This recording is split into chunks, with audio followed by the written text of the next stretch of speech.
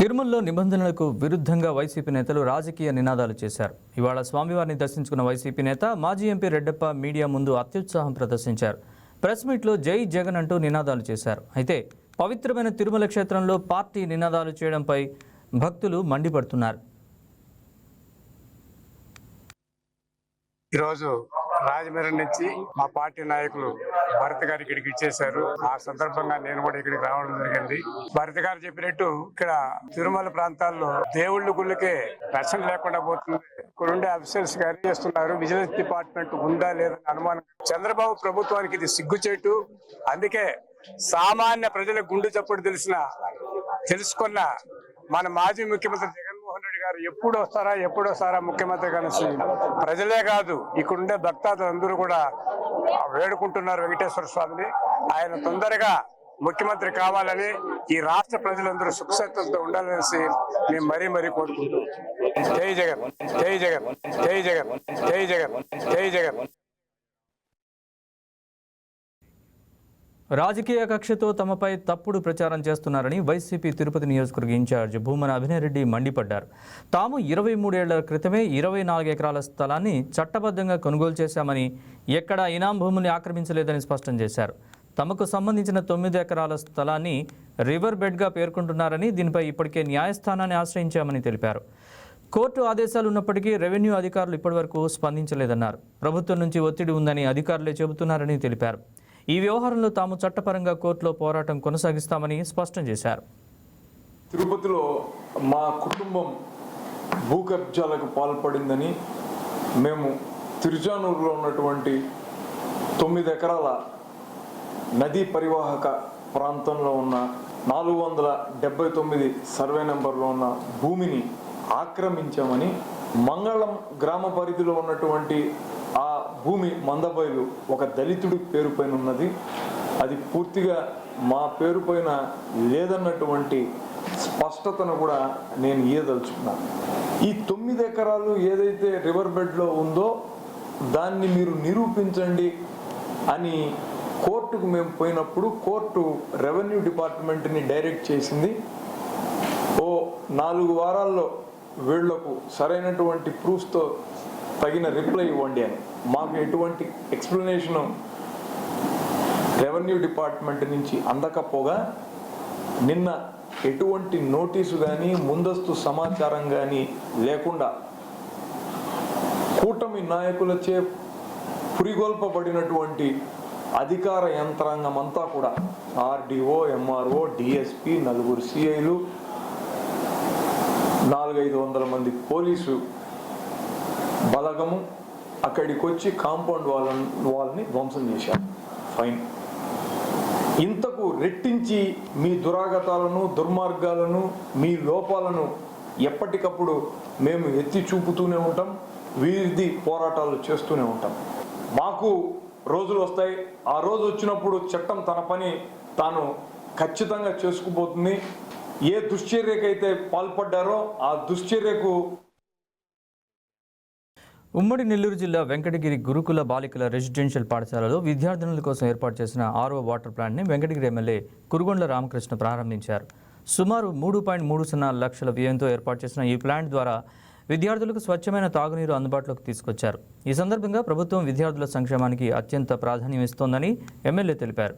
గురుకులాల్లో నాణ్యమైన విద్యతో పాటు అన్ని మౌలిక సదుపాయాలు కల్పించేందుకు ప్రభుత్వం కృషి చేస్తోందని పేర్కొన్నారు. గతంలో విద్యార్థులు తెలిపిన తాగునీటి సమస్యకు పరిష్కారంగా P4 కార్యక్రమం కింద టీవీఎస్ సేవా ట్రస్ట్ సహకారంతో ఈ ప్లాంట్ ఏర్పాటు చేసినట్లు వెల్లడించారు.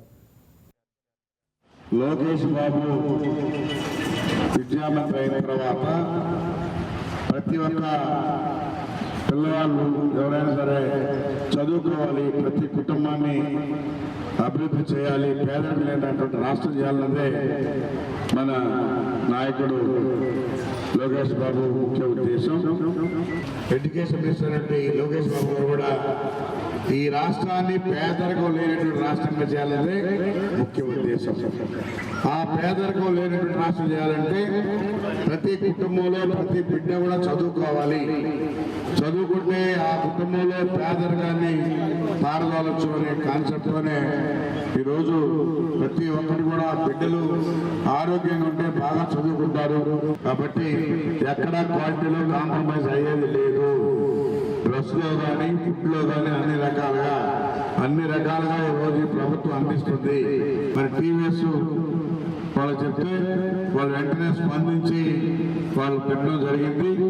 అది పేరెంట్స్ 30,000, వాళ్ళు టీవీఎస్ వాళ్ళు 3 లక్షలు, మొత్తం కలిసి 3,30,000 రూపాయల ప్లాంట్ అయింది. పశ్చిమ గోదావరి జిల్లా నరసాపురం మండలం పెదమైనవానిలంకలో 12,50,00,000 వ్యయంతో చేపడుతున్న నల్లి క్రిక్ డీలిస్టింగ్ పనులను ప్రభుత్వ విప్ నరసాపురం ఎమ్మెల్యే బొమ్మిడి నాయకర్ అధికారులతో కలిసి పరిశీలించారు. ఇప్పటికే 60% పనులు పూర్తయ్యాయని, మొత్తం 12.6 కిలోమీటర్ల మేర మట్టి పూడిక తొలగింపు పనులు కొనసాగుతున్నాయని తెలిపారు. ఈ పనుల ద్వారా కాలువ సామర్థ్యం పెరగడంతో పాటు వరదలు, నీటి నిల్వ సమస్యలు తగ్గుతాయని, చేపల వేట, పడవల రాకపోకలకు కూడా అనుకూల పరిస్థితులు ఏర్పడతాయని పేర్కొన్నారు. అలాగే చిన్నమైనవానిలంక బ్రిడ్జి నిర్మాణ పనులను కూడా త్వరలో ప్రారంభిస్తామని ఎమ్మెల్యే బొమ్మిడి నాయకర్ వెల్లడించారు. రావడం వల్ల ఇక్కడ ఉన్నటువంటి గతంలో ఉన్నటువంటి రైతులందరూ కూడా ఇక్కడ వారి యొక్క భూములు ఇది గ్రీక్లోకి రావడం వల్ల వారందరూ కూడా మా దృష్టికి రావడం జరిగింది.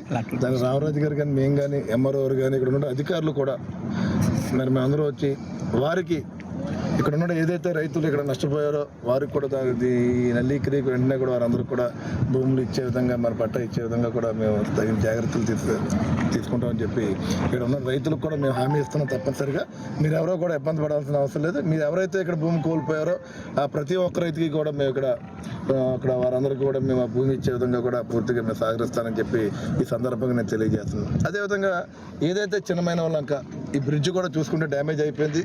ఈ బ్రిడ్జ్ కూడా ఇక్కడ నిర్మాణం ఈ వర్క్లోనే కూడా ఈ బ్రిడ్జ్ కూడా ఉంది కాబట్టి మరి కాంట్రాక్టర్తో కూడా మాట్లాడి ఈ వర్షాకాలం అవిన వెంటనే ఇక్కడ నావిగేషన్ తోటి ఇక్కడ తప్పనిసరిగా మరి ఆ పక్కన ఉన్నటువంటి పడవలు కూడా ఇటువైపు వచ్చే విధంగా కూడా నావిగేషన్ ద్వారా ఇక్కడ పడవలు వచ్చే విధంగా కూడా ఇక్కడ బ్రిడ్జ్ ఏర్పాటు చేస్తున్నాం.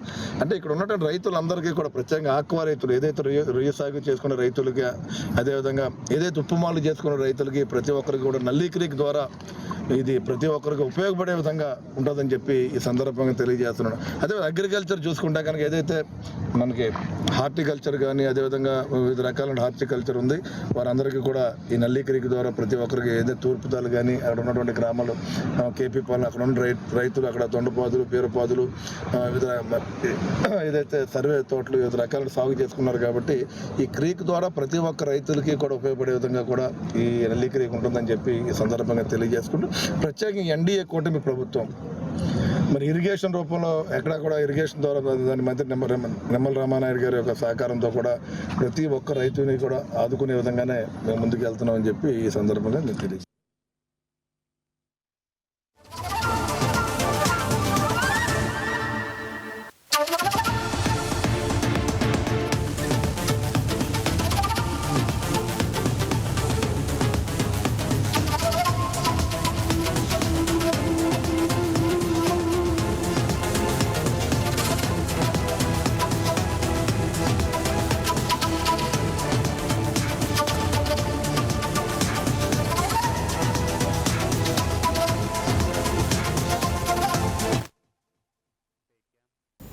అమరావతి ఛాంపియన్షిప్ క్రీడా పోటీల్లో నందికొట్కూరు నియోజకవర్గ క్రీడాకారులు ప్రతిభ కనబరిచి ఉన్నత స్థాయికి చేరాలని ఎమ్మెల్యే గీతా జయసూర్య పిలుపునిచ్చారు. నంద్యాల జిల్లా నందికొట్కూరు పట్టణంలోని జూనియర్ కళాశాలలో క్రీడా పోటీని ఆయన ప్రారంభించారు.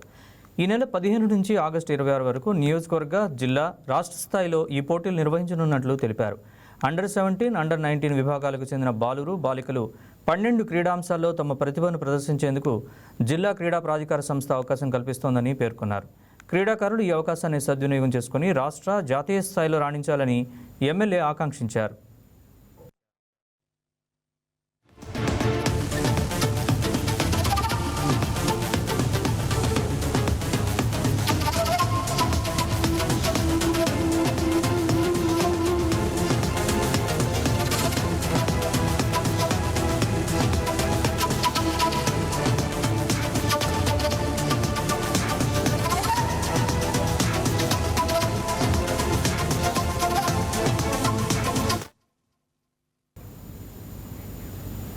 వైసీపీ అధినేత వైఎస్ జగన్మోహన్ రెడ్డి, మాజీ మంత్రి సీదిరి అప్పలరాజు, మాజీ స్పీకర్ తమ్మినేని సీతారాంలపై నరసన్నపేట ఎమ్మెల్యే బగ్గు రమణమూర్తి తీవ్ర విమర్శలు చేశారు.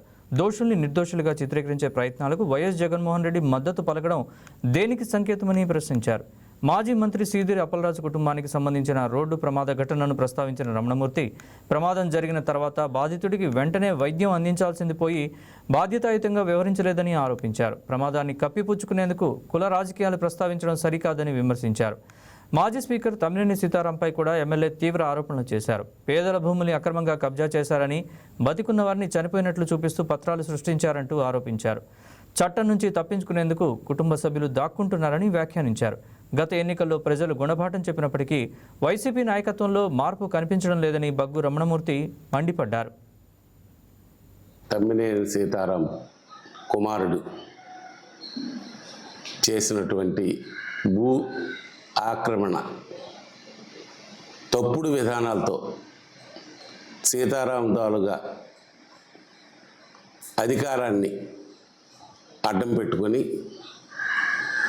బతికున్న వాళ్ళని చనిపోయినట్టు చిత్రీకరించి వారసులు కాని వాళ్ళని వారసులుగా చూపిస్తూ 4 కోట్లు విలువ చేసే భూమిని కబ్జా చేసి స్వాధీనపరుచుకున్నారు.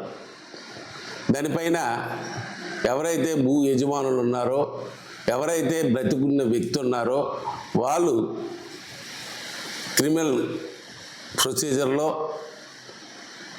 కంప్లైంట్ ఇవ్వడం, దానిపైన యాక్షన్ తీసుకుంటే దాన్ని వేరే విధంగా చిత్రీకరించడానికి, అంటే చేసిన తప్పును కలిపి కప్పిపుచ్చుకోవడానికి, అది వాస్తవాన్ని ఎవరు దాయలేరు. ఒక స్పీకర్గా చేసిన వ్యక్తి, నీతులు వల్లించే వ్యక్తి ఇటువంటి తప్పులు చేయడం ఎంతవరకు సమంజసం? ఈ సమాజం ఏమైనా హర్షిస్తుందా? మీకు ప్రజలు గుణపాఠం చెప్పినప్పటికీ ఇంకా మీలో మార్పు లేదు. దానికి ఉదాహరణ సీదిరి అప్పలరాజు గారు కొడుకు యాక్సిడెంట్ చేసినాడు. దాని యాక్సిడెంట్లో ఎవరూ తప్పు పట్టలేము. కానీ పోలీస్ స్టేషన్కి వెళ్ళి నేను యాక్సిడెంట్ చేశాడు నా అబ్బాయి అని యాక్సిడెంట్ చేసి కాకినాడ జిల్లా కలెక్టరేట్ వద్ద AP state civil supply corporation outsourcing ఉద్యోగులు తమ సమస్యల పరిష్కారం కోసం నిరసన చేపట్టారు. ఏఐటీయూసీ అనుబంధ సంఘం ఆధ్వర్యంలో జరిగిన ఈ ఆందోళనలో ఉద్యోగాలను తక్షణమే క్రమబద్ధీకరించాలని, సమాన పనికి సమాన వేతనం అమలు చేయాలని, కనీస వేతనం 36,000 రూపాయలు చెల్లించాలని డిమాండ్ చేశారు. ఏళ్ల తరబడి సేవలు అందిస్తున్న అవుట్సోర్సింగ్ ఉద్యోగుల సేవలను ప్రభుత్వం గుర్తించి ఉద్యోగ భద్రత కల్పించాలని కోరారు. రాష్ట్ర ప్రభుత్వం ఇచ్చిన హామీలను వెంటనే అమలు చేయాలని పౌర సరఫరాల శాఖ మంత్రి నాదెండ్ల మనోహర్ స్పందించి సమస్యలు పరిష్కరించాలని ఉద్యోగులు విజ్ఞప్తి చేశారు.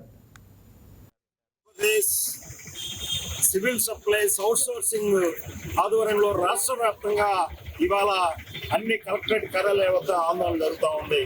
దీనిలో పనిచేస్తున్న data entry operators, subordinators, water mission అందరికి కూడా జీతాలు పెంచాలని చెప్పేసి ముఖ్యంగా మేము డిమాండ్ చేస్తా ఉన్నాం. ఒక పక్క నిత్యావసర ధరలు ఆకాశాన్ని అడుగుతా ఉన్నాయి. ఉప్పు ధర కొనాలన్నా ఇంటి ఎదురుకట్టనన్నా విపరీతంగా ధరలన్నీ పెరుగుతా ఉన్నాయి. కానీ మా జీతాలు పెరగడం లేదు. చాలని జీతాలతో పనిచేస్తా ఉన్నాం. మా అవుట్సోర్సింగ్ కార్మికులందరినీ ఈ రాష్ట్ర ప్రభుత్వం తక్షణమే పర్మనెంట్ చేయాలని చెప్పేసి మేము కోరుతా ఉన్నాం.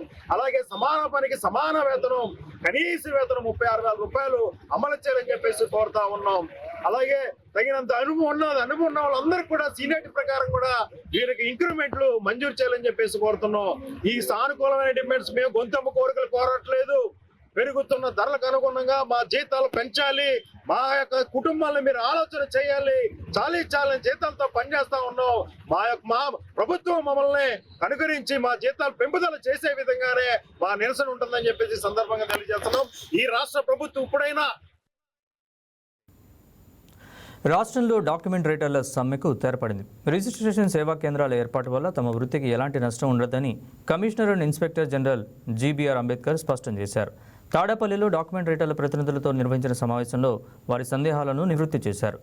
ప్రభుత్వ వివరణతో సంతృప్తి చెందిన డాక్యుమెంట్ రైటర్ల సంఘం సమ్మెను విరమిస్తున్నట్లు ప్రకటించింది. రేపటి నుంచి రాష్ట్ర వ్యాప్తంగా తమ సేవలు యథావిధిగా కొనసాగిస్తూ రిజిస్ట్రేషన్ కార్యకలాపాలకు పూర్తి స్థాయిలో సహకరిస్తామని తెలిపింది. సోమవారం నుండి document writers pen drive down సమ్మె కింద ప్రకటించి వాళ్ళు నిరసన తెలియజేస్తారని చెప్పని మీ అందరికీ తెలిసిన విషయమే. యాక్చువల్గా ఈ ఏదైతే రిజిస్ట్రేషన్ సేవా కేంద్రాలు ఏర్పాటు చేస్తాం అదేదో ప్రైవేటీకరణ అని చెప్పిన ఒక అపోహతో జరిగిన పరిణామం అది. దాని మీద మేము క్లియర్గా వాళ్ళకి ఎక్స్ప్లెయిన్ చేయడం జరిగింది.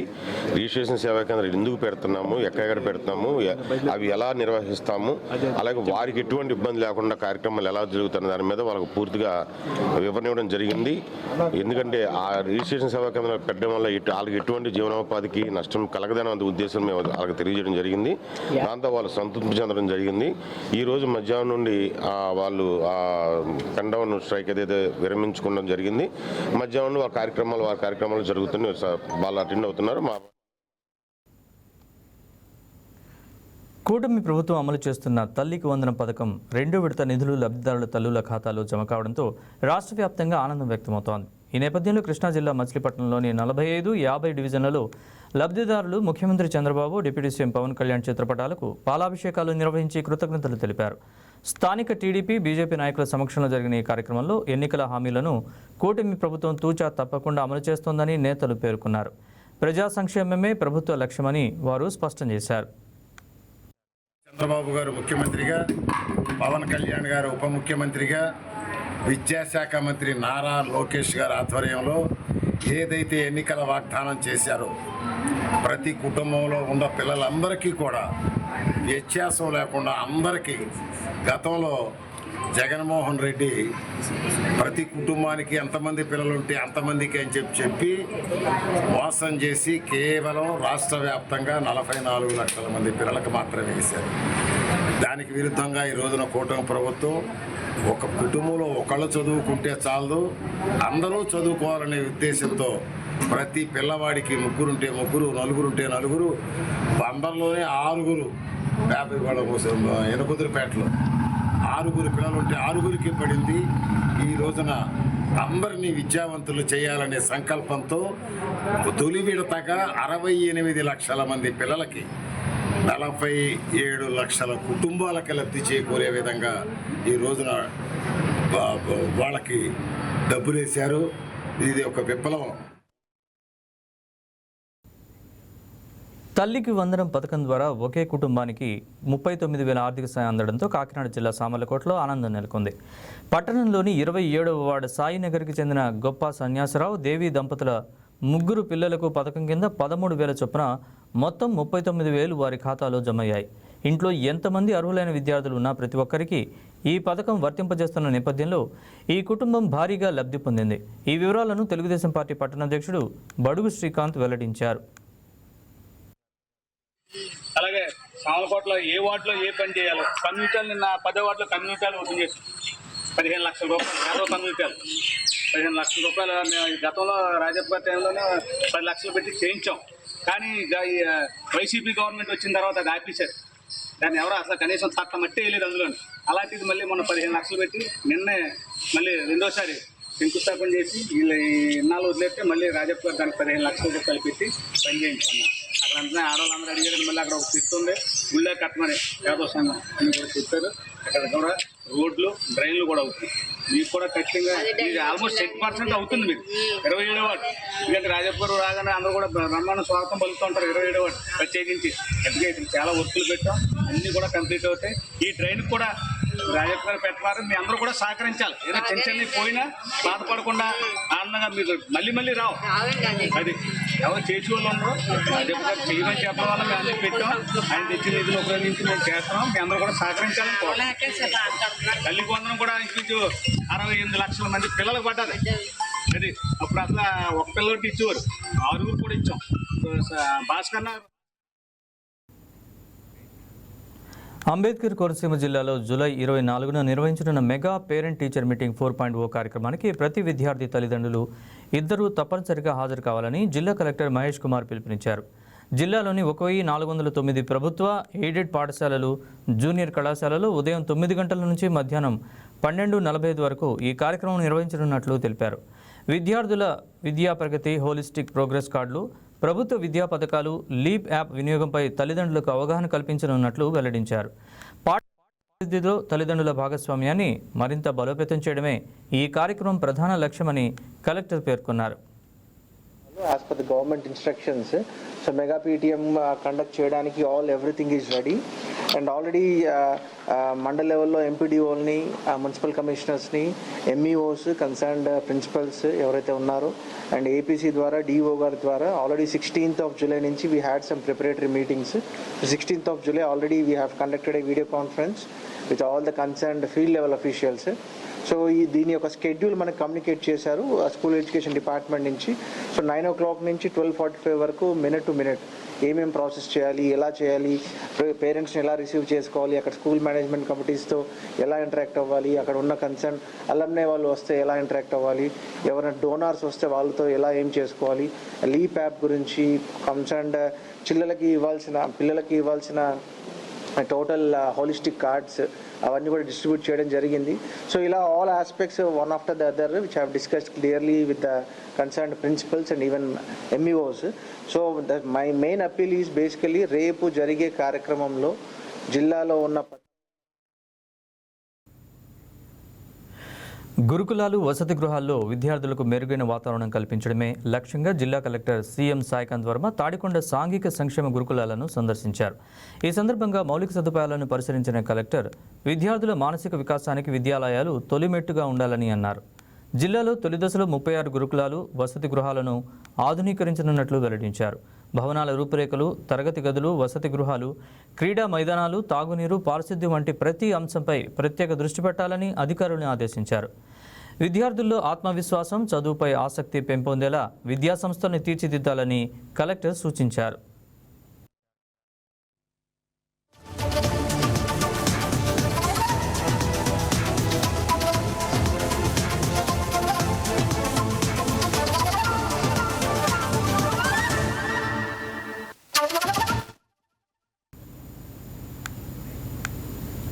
నెల్లూరు జిల్లా Rapur RTC bus stand AP road రవాణా సంస్థ ఆధ్వర్యంలో మెడికవర్ హాస్పిటల్ సహకారంతో నిర్వహించిన ఉచిత మెగా వైద్య శిబిరానికి ఆర్టీసీ ఉద్యోగుల నుంచి విశేష స్పందన లభించింది. వెన్నునొప్పి, మెడనొప్పి, డిస్క్ సమస్యలు, సయాటికా, మధుమేహం, గుండె సంబంధిత వ్యాధులకు నిపుణులైన వైద్యులు ఉచిత పరీక్షలు నిర్వహించి అవసరమైన వైద్య సూచనలు అందించారు. ఈ కార్యక్రమంలో పాల్గొన్న APSRTC zonal chairman Sannapareddy Suresh Reddy ప్రజల్లో ఆరోగ్య చైతన్యం పెంపొందించడంలో ఇలాంటి వైద్య శిబిరాలు కీలకమని అన్నారు. వందలాది మంది ఉద్యోగులు ఈ శిబిరంలో పాల్గొని వైద్య సేవల్ని పొందారు. డిపో నందు మెగా మెడికల్ క్యాంపు ఏర్పాటు చేయడం జరిగింది. దీని యొక్క ముఖ్యమైన ఉద్దేశం ఏంటంటే ఆర్టీసీ ఉద్యోగస్తులు వాళ్ళ కుటుంబ సభ్యులకి ఆరోగ్య పరిరక్షణ కోసం తగినటువంటి వైద్య సదుపాయం కల్పించాలనే ఉద్దేశం. అదే రకంగా ఈ సుదూర ప్రాంతాల్లో ఉన్నటువంటి రాపూర్ ఇక్కడ పుర ప్రజలకు కానివ్వండి, ప్రయాణికులకు కానీ ఈ మెగా మెడికల్ క్యాంప్ ద్వారా అనేక రకాలైనటువంటి డిపార్ట్మెంట్స్ని ఇక్కడ తీసుకొచ్చి అందరికీ పరిచయం చేసి దాని ద్వారా వైద్య సహాయం అందించాలనేటువంటి సదుద్దేశంతో ఇక్కడ చేయడం జరిగింది. నెల్లూరు జిల్లాలో ఉన్నటువంటి అన్ని ఆర్టీసీ బస్ స్టాండ్స్ లో కూడా ఇదే రకంగా మెగా మెడికల్ క్యాంప్స్ నిర్వహించడం జరిగింది. ఈరోజు ఆర్టీసీ అనేటువంటి ప్రజా రవాణా సంస్థ, ఈ యొక్క ప్రజా రవాణా సంస్థలో ఎప్పుడైతే మనం స్త్రీశక్తి పథకాన్ని మన ముఖ్యమంత్రి చంద్రబాబు నాయుడు గారు మహిళలకు ఉచిత బస్సు ప్రయాణం ప్రకటించిన తర్వాత వాళ్ళకి మరింత అయినటువంటి కష్టం. నెల్లూరు జిల్లా మూలపేట శివాలయంలో నటుడు, హిందూపురం ఎమ్మెల్యే నందమూరి బాలకృష్ణ ఆరోగ్యం కోసం ప్రత్యేక పూజలు నిర్వహించారు. నుడా చైర్మన్ కోటంరెడ్డి శ్రీనివాసరెడ్డి ఆలయంలో అభిషేకాలు, ప్రత్యేక అర్చనలు నిర్వహించి పొర్లుదండాలు పెట్టారు. ఈ కార్యక్రమంలో బాలకృష్ణ అభిమానులు, టీడీపీ నాయకులు పెద్ద సంఖ్యలో పాల్గొన్నారు. కాకినాడ పోర్టులో సినిమా ఫైట్ సీన్ చిత్రీకరణ సమయంలో బాలకృష్ణ కాలికి గాయమైందని, ఆయనకు ఆసుపత్రిలో శస్త్రచికిత్స జరుగుతోందని తెలిపారు. ఆ ఆపరేషన్ విజయవంతం కావాలని, బాలకృష్ణ త్వరగా సంపూర్ణ ఆరోగ్యంతో కోలుకోవాలని ప్రార్థించినట్లు చెప్పారు. ఆపదలో ఉన్నప్పటికీ ఇతరుల సంక్షేమం గురించి ఆలోచించే గొప్ప మనసున్న వ్యక్తి బాలకృష్ణ అని అన్నారు. విజయవాడలో నిర్మిస్తున్న క్యాన్సర్ ఆసుపత్రిని పూర్తి చేసి నిరుపేదలకు మరింత సేవలు అందించేలా బాలకృష్ణ ఆరోగ్యంగా తిరిగి ప్రజల ముందుకు రావాలని ఆకాంక్షించారు. మహిళలు కానీ, యువత కానీ నా దైవం, నేను దైవంగా భావించే నందమూరి బాలకృష్ణ ఆరోగ్యం బాగుండాలని, ఆ దేవదేవుడు మహానుభావుడు మూలాపేట స్థానిక మూలస్వామి శివాలయానికి రావడం, ఆ శివాలయంలో చుట్టూరు పూర్ణదండాలు పెట్టడం, ఆ మహానుభావుడి ఆరోగ్యం కోలుకోవాలని ఇంతమంది ఆకాంక్షిస్తే నిజంగా ఆయన దైవ స్వరూపుడు కాక ఏమవుతాడు అని చెప్పాడు. మొన్న కాకినాడలో ఒక పోర్ట్ లో ఫైట్ సీన్, ఆయన మామూలుగా డూపులు కుప్పుకోడు. వద్దు సార్ డూపులు పెడతాం, మీరు వద్దు చేయొద్దు అంటే లేదు నేనే చేస్తాను అంటూ ఒక విలన్ని కాలుతో కొట్టేటటువంటి ఒక ఫైట్. ఆ విలన్ పోయి లారీ కింద పడతాడు. అది డైరెక్ట్ గా చేయడం వల్ల కాలు కింద మడం కొంచెం ఫ్రాక్చర్ అయింది. నిన్న ఉదయం ప్రథమ చికిత్స చేశారు. ఇప్పుడు ఇదే టైంలో ఏజీ హాస్పిటల్లో చికిత్స జరుగుతుంది. అదే టైంలో ఆ మహానుభావు అంబేద్కర్ కోనసీమ జిల్లా అమలాపురం రూరల్ మండలం తాండవపల్లిలో ఆషాఢ మాసం సందర్భంగా వారాహి నవరాత్రుల వేడుకలు భక్తి శ్రద్ధలతో నిర్వహించారు. ఈ సందర్భంగా గ్రామ దేవత వనుపులమ్మ అమ్మవారికి మహిళలు సంప్రదాయబద్ధంగా సారె సమర్పించారు.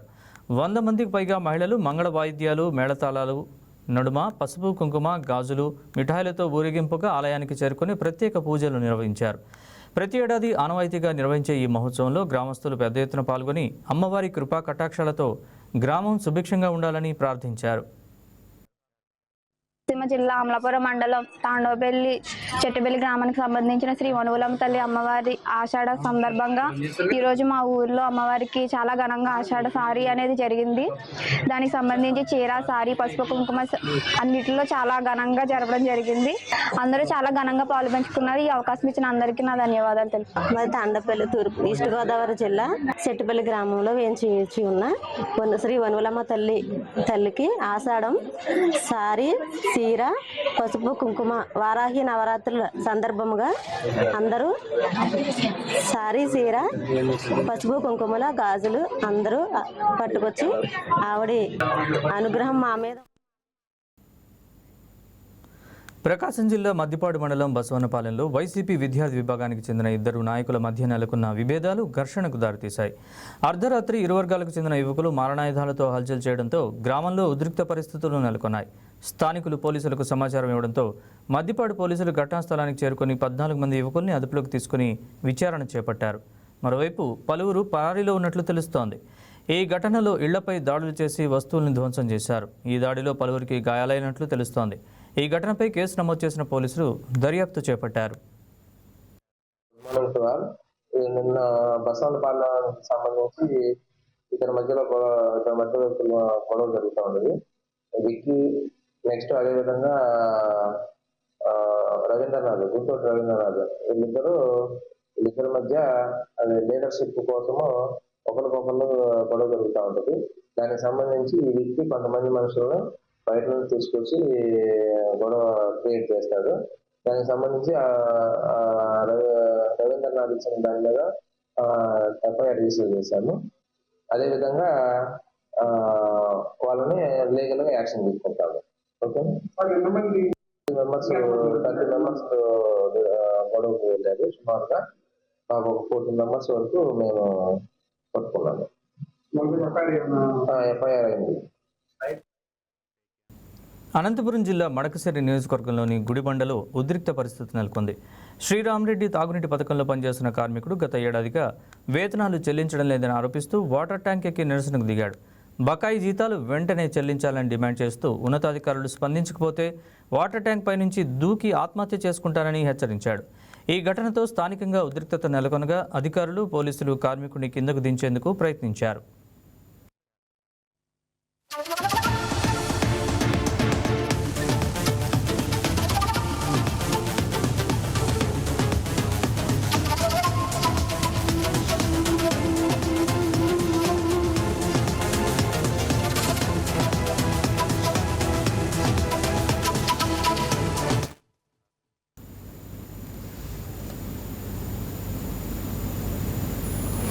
ప్రకాశం జిల్లా దర్శి సమీపంలో రోడ్డు ప్రమాదం చోటు చేసుకుంది. బోధనంపాడులో ఓ కార్యక్రమానికి ఆటోలో వెళ్తుండగా టైరు పగిలి ఆటో అదుపు తప్పి బోల్తా పడింది. ఈ ప్రమాదంలో 10 మందికి గాయాలయ్యాయి. క్షతగాత్రుల్ని దర్శి ప్రభుత్వ వైద్యశాలకు తరలించారు. తీవ్రంగా గాయపడిన 3గురిని మెరుగైన వైద్యం కోసం ఒంగోలు రిమ్స్ ఆసుపత్రికి తరలించారు. ఈ సందర్భంగా గొట్టిపాటి లక్ష్మి బాధితుల్ని పరామర్శించి అవసరమైన అన్ని వైద్య సేవలు అందించాలని వైద్య సిబ్బందిని ఆదేశించారు.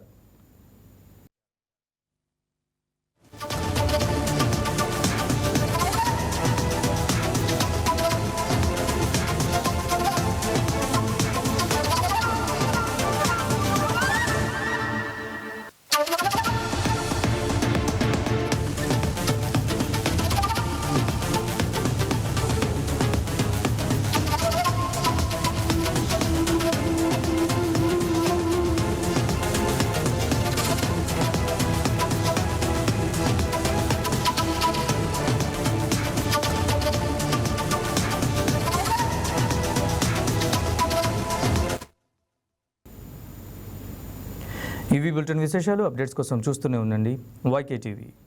బంగారం బ్యాంకులో ఉంటే అది మీ అప్పు, అదే శివ గోల్డ్ కంపెనీకి తీసుకొస్తే అది మీ పెట్టుబడి. తాకట్లో ఉన్న మీ బంగారాన్ని మేము విడిపించి ఈ రోజు మార్కెట్ ధర కొని స్పాట్లో మీ నగదు మీకు అందిస్తాం. ప్రతి నెల వడ్డీలు కట్టడం లాభమా లేదా ఇలా చేయడం లాభమా మీరే ఆలోచించుకోండి. శివ గోల్డ్ కంపెనీ, అప్పులేని ఆనందకరమైన రేపటికి సరికొత్త మార్గం. జస్ట్ ఒక కాల్ చేయండి. తాకట్లో ఉన్న మీ బంగారాన్ని విడిపించి ఈ రోజు మార్కెట్ రేట్కే కొనబడును.